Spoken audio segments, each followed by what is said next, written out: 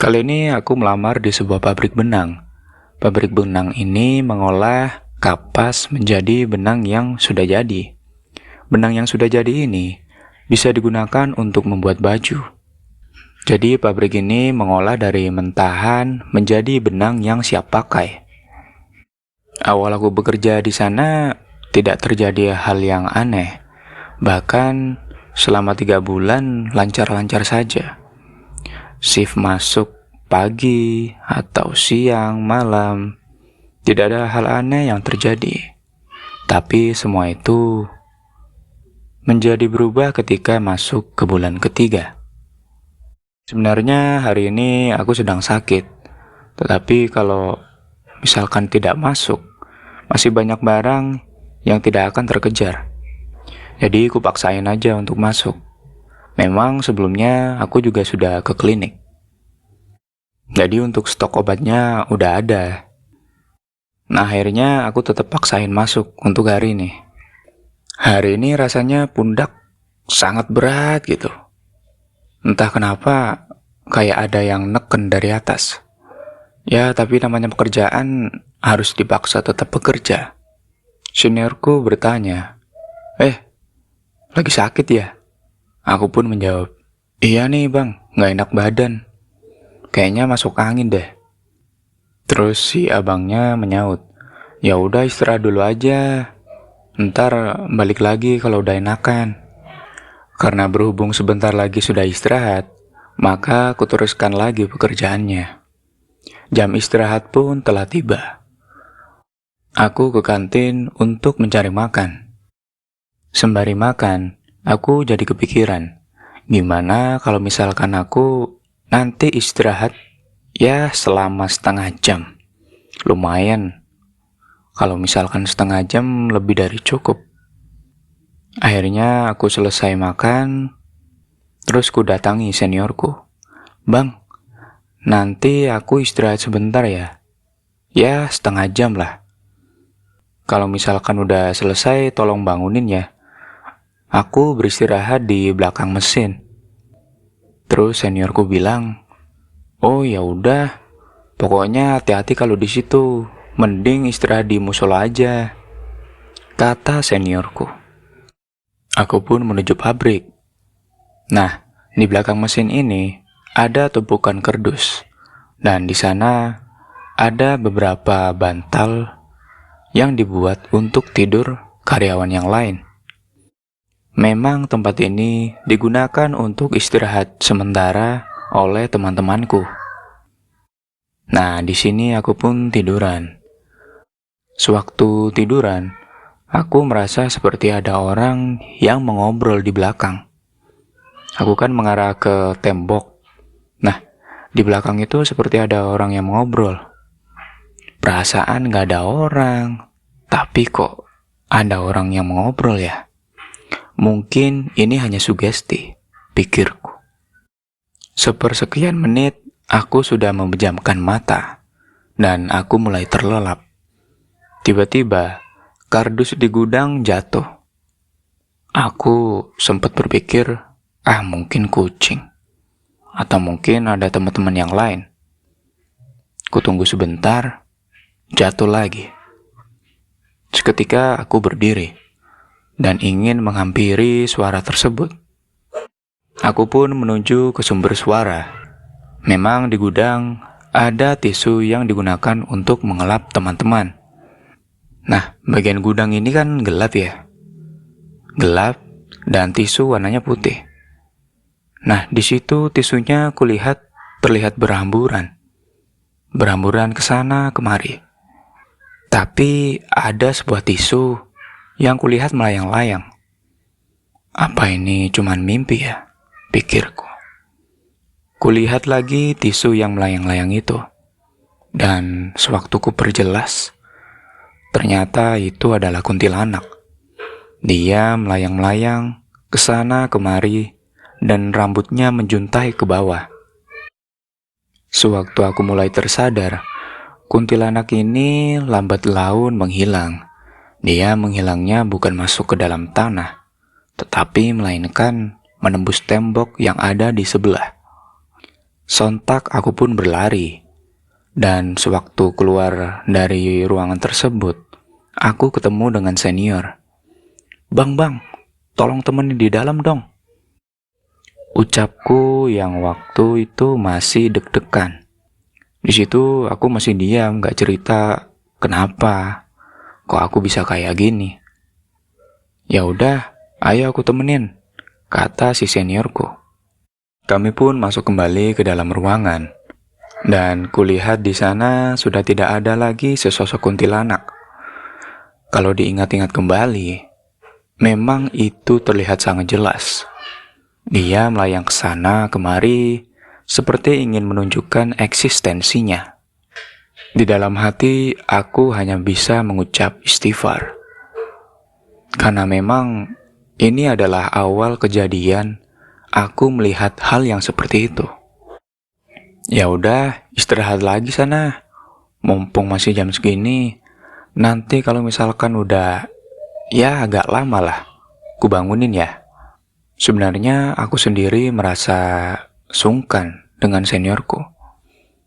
Aku masih bekerja baru 3 bulan di sini. Masa udah kayak begini? Istirahat terus. Sebenarnya pengen minta izin. Tapi ya udah, dipaksain dulu. Nah, besoknya aku tetap masuk walaupun masih sakit.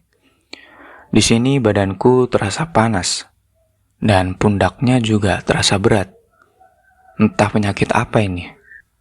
Aku pun kembali ke klinik tempatku berobat. Di sana dokter katanya cuma sakit biasa. Tapi karena sudah tidak kuat, aku pun meminta surat dokter agar aku bisa beristirahat di kosan. Surat ini kutujukan kepada supervisorku. Dan melihat keadaanku sekarang, dia akhirnya percaya. Di kosan, aku beristirahat selama seminggu. Nah, selama seminggu ini makan gak enak, minum pun juga gak terlalu banyak. Makan 2 sendok, aku langsung muntah. Makan lagi, muntah lagi. Jadi obat yang aku minum, walaupun sudah aku minum, akan keluar kembali. Sudah seminggu aku di kosan. Dan hari ini adalah hari Senin. Dan waktunya untuk bekerja lagi. Sebenarnya badan masih terasa tidak enak. Tapi aku sudah seminggu di kosan. Gak enak kan kalau misalkan aku mengambil cuti lagi. Kupaksain bekerja. Dan sebenarnya aku ingin pindah kerja aja. Jadi kuhubungi supervisorku. Pak, aku pindah ke bagian yang menyambungkan benang aja ya. Supervisorku mengiyakan permintaan itu. Akhirnya, aku disuruh ketemu dengan yang namanya Mbak Asih. Dia adalah senior di bagian ini. Nah, Mbak Asih mengajarkanku bagaimana cara menyambung benang yang benar. Begitupun juga bagaimana cara menyalakan dan mematikan mesinnya. Pencet tombolnya di sini. Dijelasin itu sampai selesai. Waktu menunjukkan jam 12 malam. Aku tetap bekerja sendirian di ruangan itu. Mbak Asih pindah ke tempatnya yang berada di depan. Sembari menyambungkan benang, perasaan aku sekarang lagi sendiri. Tapi aku merasa ada seseorang yang memperhatikanku di bagian belakang. Ku tengok ke sebelah kiri, ku tengok lagi ke sebelah kanan. Sekelebatan cepat, ada bayangan yang berada di belakangku. Benar pikirku, ternyata aku tidak sendiri. Di situ aku menyadari kalau memang ada sesosok yang memperhatikanku. Karena aku telah sadar, suasana pun menjadi berbeda. Apalagi kalian tahu pabrik seperti apa tempatnya. Sesosok ini tiba-tiba mengitariku. Dia seperti menunjukkan eksistensinya di ruangan ini. Aku terus memperhatikan sekelebatan itu. Memutari kepalaku terus-menerus. Akhirnya sesosok ini berhenti di tengah-tengah lampu. Perlahan-lahan, dia turun. Perawakannya memakai gaun putih dan rambutnya panjang ke bawah. Ternyata, selama ini aku diperhatikan oleh sesosok kuntilanak. Seperti sebelumnya, karena kaget, aku langsung berlari. Aku mencari Mbak Asih. Mbak Asih ternyata berada di depan, sangat jauh dari tempat yang sebelumnya pertama kutemui.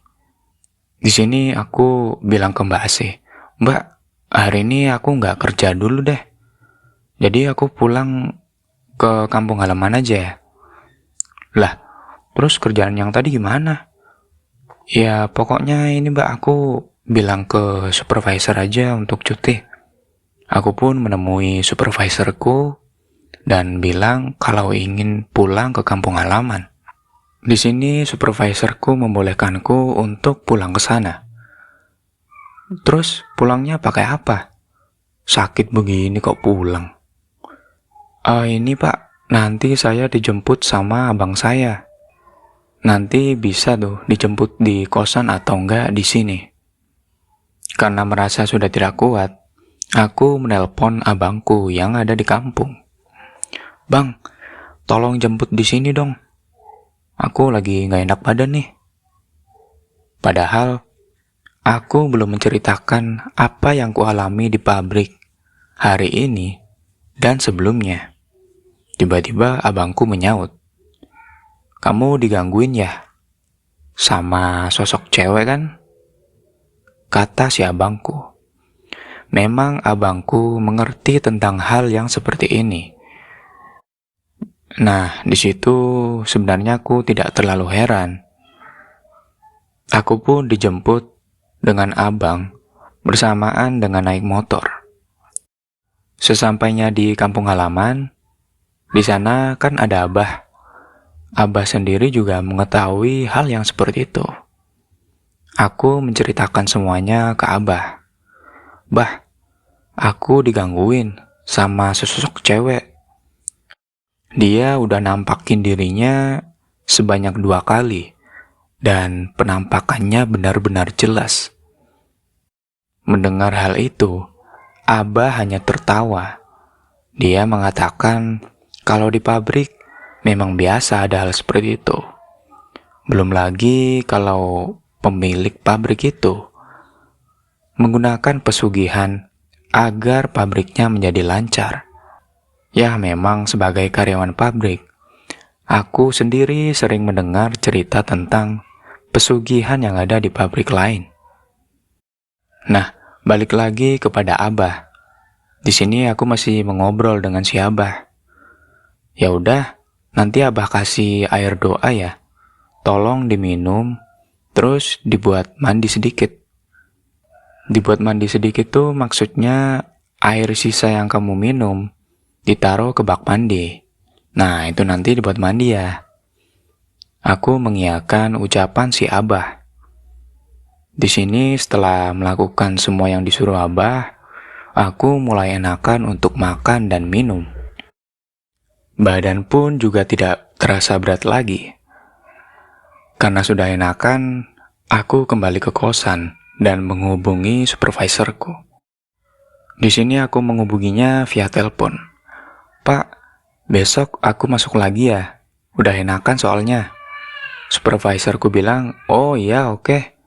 Cepet ya masuk, soalnya ini lagi banyak barang." Ucap supervisorku. Aku pun masuk besoknya. Kata supervisorku, aku harus menemuinya di ruangannya langsung. Aku disuruh mengisi beberapa dokumen. Bisa dibilang dokumen-dokumen ini adalah surat izin yang dibuat dari supervisor kepada HRD. Aku berjalan menuju ruangan supervisorku. Ruangannya tepat berada di sebelah kanan HRD. Di sana, aku menceritakan kalau sakitku ini bukan sakit biasa. Karena kalau sakit biasa, obat yang diberikan dokter pasti akan segera bereaksi.